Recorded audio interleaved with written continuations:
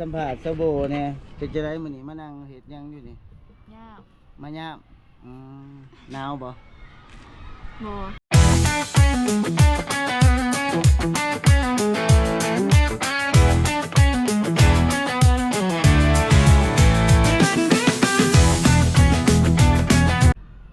อาจารย์สัมผัสสโบเนี่ยเป็นจะได้มื้อนี้มานั่งเฮ็ดหยังอยู่นี่ยากมายามหนาวบ่บ่อากาศเริ่มหนาวน้อยนึงเลยเนาะหากบ่ปานใดเพราะว่าเพิ่นมีเสื้อกันหนาวเพิ่นมีเสื้อกันหนาวเป็นจะได้สถานะช่วงนี้สูตรอาจารย์คือกันครับสภาพอากาศได้เนาะลมแต่บ่ได้ครบมีโอ้นะสบายดีเด้อทุกคนให้สิมารีวิวโคงเงี้ยนเก่าเกินบาทโคงเงี้ยนเก่าเกินสามารถไม่ตั้งแต่หัวละรอเนาะไม่แต่แผ่นจีนโคตรไม่แต่ฮุบเก่าโคตรง่ายโคตรปัง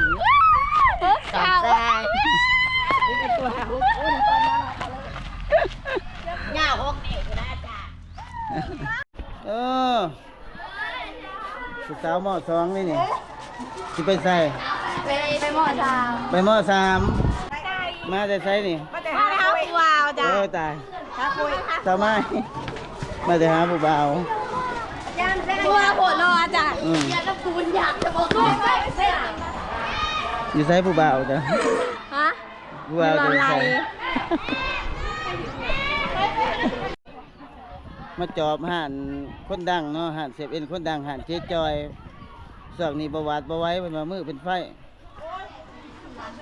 นี่ยางละ2,000เด้อนี่เด้อบริแพงเลยนี่ยางละ2,000นี่เสพเอ็นนี่มีจักตอนนี่ลองนับเบิ่ง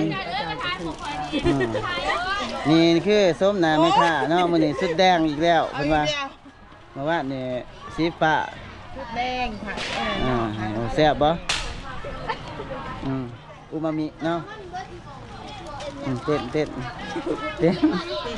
นี่ก็ไปซื้ออะไรกับไปโอ้FC เจ๊จอยไลฟ์ไม่2,000ลูกขายดีสอกนี่คุณว่าเอาเงินมาเป็นจะได้นั่งเว้าเพื่อนบ่นี่นั่งเว้าเพื่อนผู้บ่าวคิดถอดแฟนคิดถอดแฟนนี่เด้แฟนคิดถอดจังไหนนี่แฟนคิดถอดแฟนจังไหนนี่แฟนนี่หมุนอยู่นี่บ่คิดว่าแฟนพัดลมโอ้ยตายแล้วภาษาอังกฤษยังไงเนาะยังจือภาษาอังกฤษอยู่ภาษาอังกฤษปฏิบัติโบราณเสื่องนี้งูบ่พอหักเหรอแฟนอายนี่แฟนอายแฟนเคียวมีแต่คนมีแฟนเว้ยอันนี้นี่ห้านเก่าแก่ที่สุดในโรงเรียนเก่าเกิงบอกว่าผู้ใดก็เคยมากินเนาะจนรุ่นลูกรุ่นหลานเวลามากินเนาะแซ่บบ่กินยังนี่เฟ่บ่คิดว่าอันนั้นลาบมักจองว้าลาบมักจองโอ้กระเปียกห่านเพิ่นนี่บ่แพงเลยกระเปียกห่านเพิ่นนี่กระเปียกห่านเพิ่นนี่ถ้วย15,000หากินอยู่ไสบ่ได้แต่แล้วปัดลูกค้ามาแต่ไส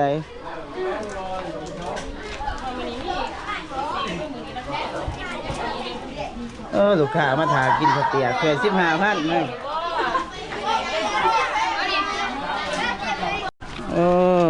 ลูกค้าเพิ่นหลายเด้อห่านนี่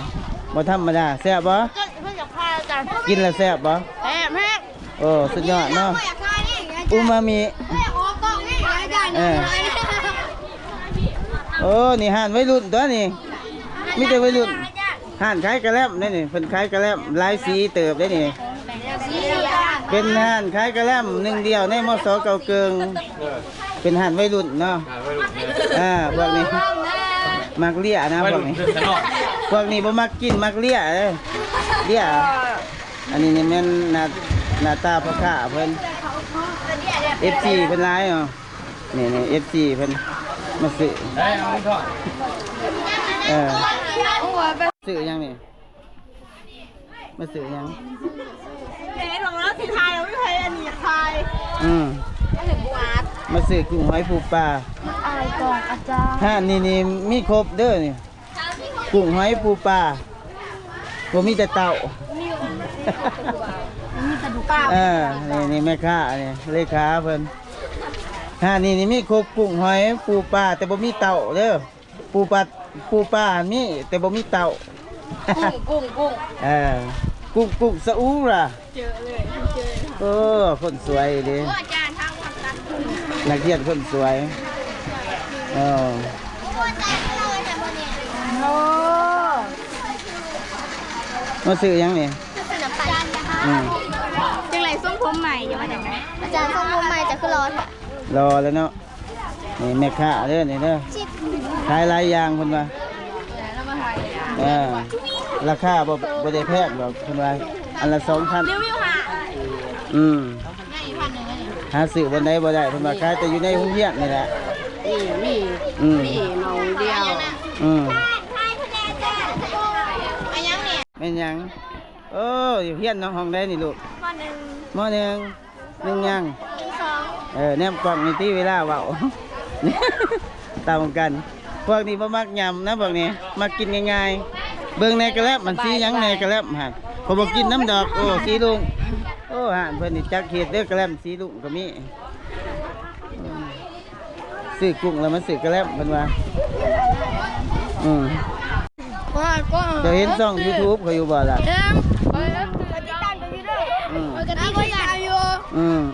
คักแซ่บเนาะนี่ออกลินแต่ว่าบ่ได้อยู่ซื่อๆเดี๋ยวผู้บ่าว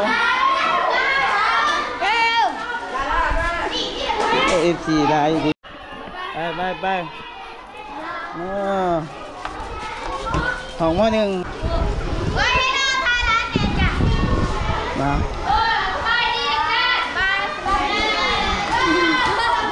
กำลังคนขวาบนเทียนห้องนี้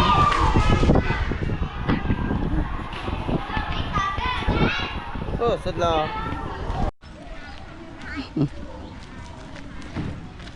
อย่างเมื่อก่อนน้องสิไปใส่เนาะพวกนี้สิไปใส่ไปเฮียนมาเนี่ย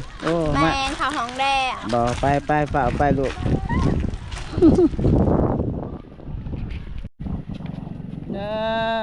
มาแต่ใส่นี่ซาตันใจมาแต่ใส่ลูก มาแต่กิน แซ่บเนาะของกิน โด เนาะ ย เป็นแต่แซ่บผู้บ่าวทั้งนั้นสิไปใช้นี่ซุ่มนี่นี่อืมรอเนาะผู้สาวอันนี้มาแต่ใส่อีกนี่ มาแต่ช่วง ไปเลยไอ้ผู้เพิ่นนี่สบู่เนาะเพื่อนของได้สบู่หาซองสาวมอหาด้วยนี่เนี่ยสบู่หาซองขอบใจที่ให้สัมภาษณ์เนาะเดี๋ยวจะไปสัมภาษณ์ งามอาจารย์ สัมภาษณ์สบู่เนี่ยเป็นจะได้มื้อนี้มานั่งเฮ็ดหยังอยู่นี่ งาม มาย่ามหนาวบ่ บอ อากาศเริ่มหนาวหน่อยหนึงเลยเนาะหากบ่ปานใดเพราะว่าเพิ่นมีเสื้อ เสือกันหนาว เพิ่นมีเสื้อกันหนาวเป็นจะได้สถานะช่วงนี้ สูตรอาจารย์ คือกันครับสภาพอากาศได้เนาะลมแต่บ่ได้ครบ มี นะตีกระดิ่งออกเลยเด้นี่กูยามนับนี่ก็เป็นตะมวนได้โรงเรียนเก่าเกิงเนาะ สัมผัสด้านในตีอาจารย์ สัมผัสเจ้าก้อยก็ได้หน้าแดงเสือก็แดงอยู่ ตีมสีแดงมันสีหอดอันนั้นแหละ มันสิฮอดวาเลนไทน์เหรอ บอเขิดอีหยังวะ ฮาโลวีน เมียน โอ้ยสีแดงมันก็วาเลนไทน์ตัวเนาะ บอคิดสมาร์ท มาคริสต์มาสยังอีกโดนเดือน12พุ่นจากเบิดคริสต์มาสขอบใจเด้อที่ให้สัมภาษณ์เดี๋ยวสิไปสัมภาษณ์คนต่อไปก็ขอบใจเนาะสำหรับผู้ใดที่เบิ่งคลิปจนจบอย่าลืมกดไลค์กดแชร์ให้หน่อยเด้อ